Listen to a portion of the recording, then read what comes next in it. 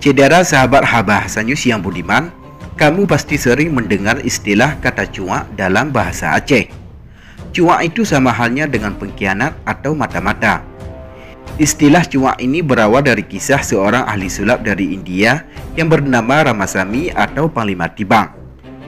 Orang kepercayaan Sultan Aceh yang berkhianat dan membela Belanda. Dari kisah Panglima Tibang inilah, orang Aceh menyebut istilah cuak sering dengan nama Panglima Tibang. Lantas, seperti apakah kisahnya? Sebelum lanjut, tekan dulu subscribe, like, dan share agar sejarah Aceh lebih terpandang di mata dunia.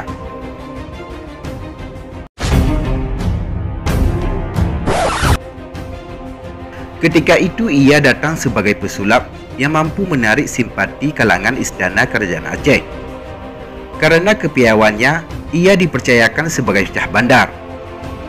Guna menghadapi serangan Belanda, ia diutus untuk melakukan perjalanan diplomasi ke luar negeri. Tapi di luar negeri, ia balik menyerang Aceh bersama Belanda. Seumur masa, ia dicap sebagai pengkhianat. Ramasamy begitu nama aslinya, seorang pemuda dari India Selatan.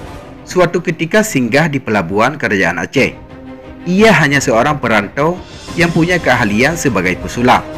Berbekal keahliannya itu pula, ia mampu menarik simpati masyarakat Aceh di pelabuhan.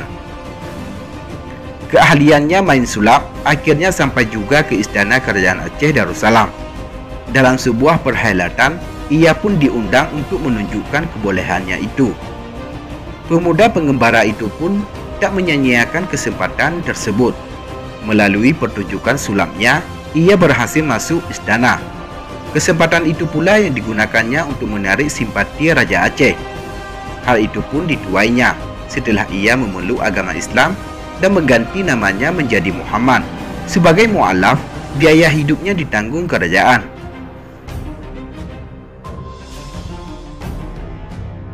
Ia pun semakin mantap menancapkan pengaruhnya di istana. Setelah Sultan Mahmud Alauddin Shah mengangkatnya sebagai Syah Bandar di pelabuhan Aceh. Karena jabatan itu, ia pun diberi gelar kehormatan layaknya seorang bangsawan, yaitu Tengku Panglima Maharaja Tibang Muhammad, yang sepanjang masa dikenang oleh bangsa Aceh sebagai pengkhianat atau cuak yang menggunting dalam lipatan. Pengkhianatan Panglima Tibang bermula ketika ia ditunjuk oleh Sultan Aceh untuk memimpin utusan kerajaan Aceh yang akan berunding dengan Belanda di Riau, agar pihak Belanda sebaiknya datang ke Aceh pada bulan Desember 1872.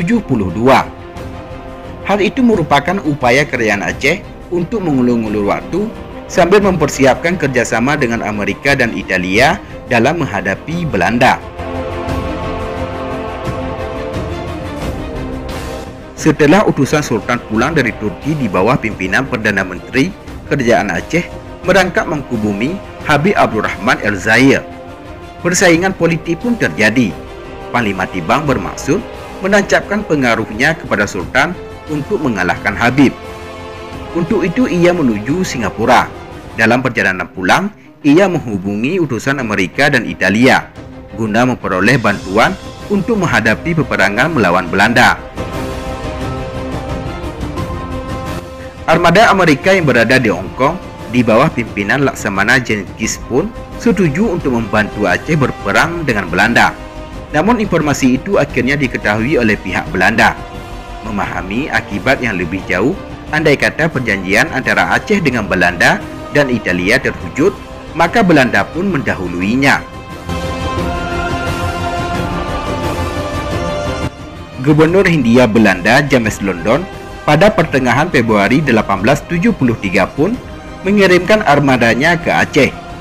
Apalagi setelah Belanda mendapat informasi bahwa armada Amerika di bawah pimpinan Laksamana Jenkins akan berangkat dari Hong Kong menuju Aceh pada Maret 1874. Menghadapi situasi seperti itu, para diplomat Aceh di Pulau Penang, Malaysia pun membentuk Dewan 8 yang terdiri dari 4 orang bangsawan Aceh, 2 orang Arab, dan 2 orang Keling kelahiran Pulau Penang. Dewan 8 tersebut bertindak mewakili kepentingan Aceh di luar negeri, di antaranya menjalin diplomasi dengan negara-negara asing, mencari perbekalan perang dan mengangkutnya ke Aceh dengan menembus blokade Angkatan Laut Belanda yang sudah menguasai Selat Malaka. Akhirnya pada Rabu 26 Maret 1873 bertepatan dengan 26 Muharram 1290 Hijriah, dari geladak kapal perang Citadel van Antwerpen yang berlabuh antara Pulau Sabang dan daratan Aceh, Belanda menyatakan maklumat perangnya dengan Aceh karena Aceh menolak mengakui kedaulatan Belanda. Maklumat perang itu diumumkan oleh Komisaris Pemerintah merangkap Wakil Presiden Dewan Hindia Belanda F.N. Nieuwenhuizen.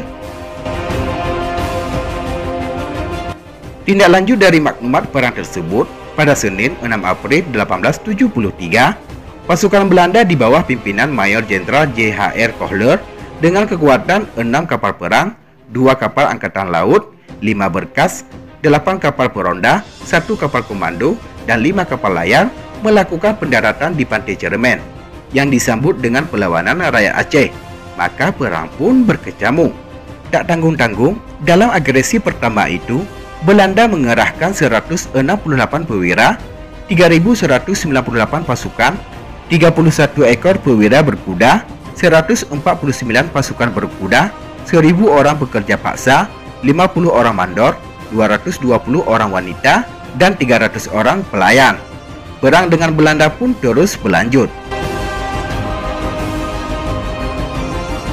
Namun di tengah usaha Aceh melawan agresi Belanda tersebut, pada tahun 1879, Panglima Tibang yang dipercayakan Sultan Aceh untuk menggalang diplomasi di luar negeri berbalik arah. Ia meninggalkan rekan seperjuangannya, bergabung dengan Belanda untuk kemudian menyerang Aceh. Kepercayaan yang diberikan Raja Aceh kepadanya pun dibalas dengan pengkhianatan. Tak telak, nama Panglima Tibang sampai kini tertoreh di sanubari rakyat Aceh sebagai pengkhianat yang tak terampuni. Pelabelan nama Panglima Tibang sebagai pengkhianat nomor wahid pun terus berlanjut sampai sekarang.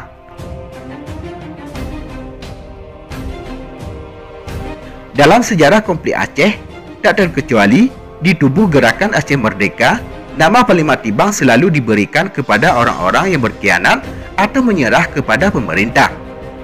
Sebuah label yang nilai kebenciannya melebihi cap cua, sipir yang menjadi informan terhadap tentara. Kisah pengkhianatan Panglima Tibang itu kini menjadi catatan kelam sejarah Aceh. Saudara Habahasa News yang budiman, demikianlah liputan Habahasa News. Semoga bermanfaat dan dapat menambah wawasan untuk kita semua. Terima kasih telah menonton dan tunggu video kami selanjutnya.